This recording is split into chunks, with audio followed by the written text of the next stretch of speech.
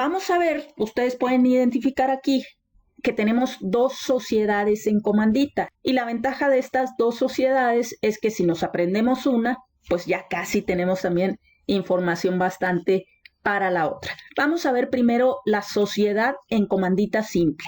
¿Cuáles son sus características? Ya sabemos entonces la diferencia entre denominación o razón social.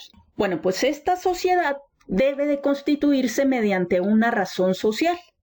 Ahí tenemos algunos ejemplos, pero también aquí marca la ley que después de la razón social debe de agregarse su tipo social.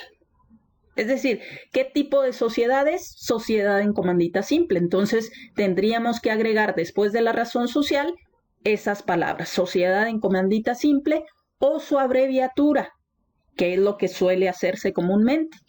Aquí tenemos algunos ejemplos: Miguel Rivas Salcido, SNC, o Miguel Rivas Salcido y compañía, o Salcido González y compañía, SNC. Si se fijaron en la sociedad en nombre colectivo, no mencioné esto, porque es la única sociedad a la que la ley no le exige ese requisito. Y lo comprenderemos más cuando estudiemos a la sociedad de responsabilidad limitada, porque ahí marca la ley que si no se cumple con la cuestión de agregar después de la denominación o razón social el tipo social, todos los socios responderán de manera solidaria, subsidiaria e ilimitada, como si se tratara de una sociedad en nombre colectivo.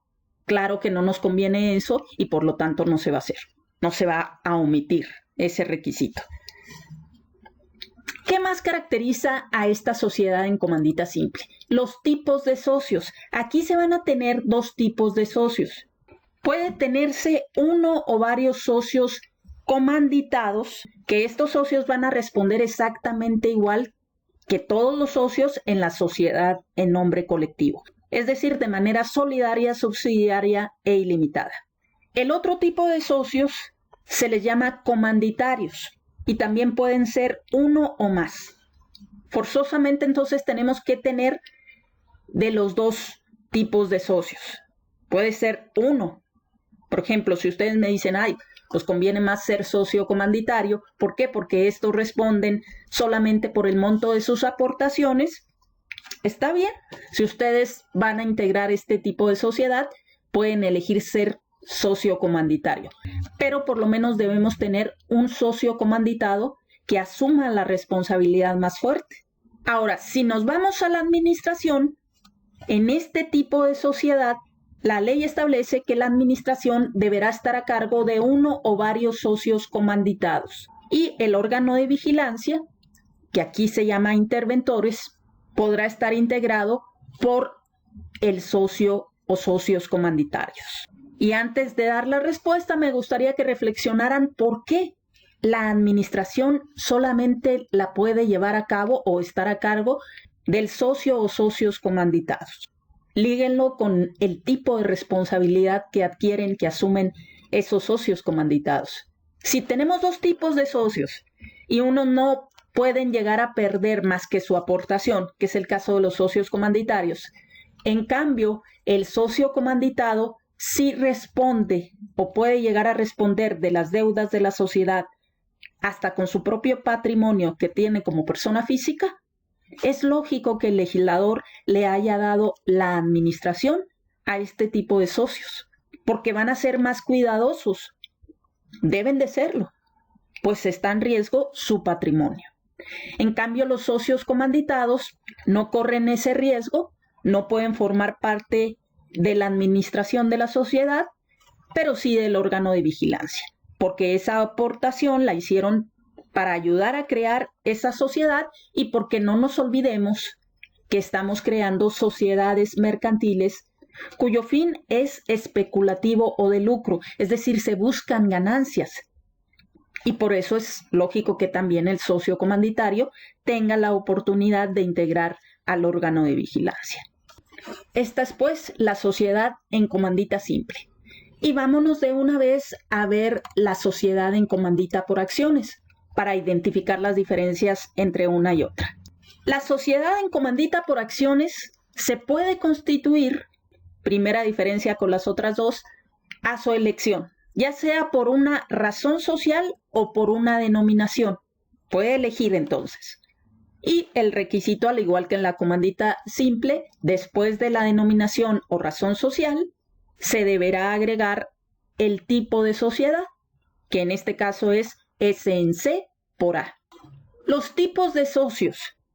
Aquí tenemos también a socios comanditados y a socios comanditarios. Los primeros responden de manera solidaria, subsidiaria e ilimitada, al igual que en la comandita simple. Los comanditarios responden solo por el pago de sus acciones. Recuerden que en la comandita simple, los socios comanditarios responden por el pago de sus aportaciones. Aquí ya tenemos una diferencia entre comanditarios de una sociedad en comandita simple y comanditarios de una comandita por acciones. Porque así como la sociedad anónima se maneja por acciones, también esta sociedad se maneja mediante acciones, que son títulos de crédito. Y al ser títulos de crédito, en primera instancia, ojo aquí, se puede negociar libremente. Si tuviéramos una acción de una sociedad anónima, sí opera esta característica. Aquí también vamos a encontrar acciones, pero sí está restringida la negociabilidad de una acción. ¿Por qué? Porque la misma ley establece que este tipo de acciones no van a poder cederse sin el consentimiento de la totalidad de los socios comanditados y el de las 2/3 partes de los comanditarios. También aquí hagan la reflexión. ¿Por qué? Porque acuérdense que el comanditado puede llegar a responder hasta con su patrimonio. Por eso es lógico que el legislador limite la transmisión de estas acciones. Si un socio ya no quiere pertenecer a esa sociedad, primero tiene que recabar el consentimiento de todos los socios comanditados y además, una vez obtenido este consentimiento, tendría que ir con los socios comanditarios y lograr el consentimiento de las 2/3 partes de este tipo de socios. Por lo tanto, con respecto a este tipo de sociedad, no es tan fácil salir de la misma ni adquirir las acciones. Esa es una gran diferencia para que ya vayamos identificando también diferencias con otras sociedades de las acciones de una sociedad en comandita por acciones a las acciones de una sociedad anónima que se pueden negociar libremente.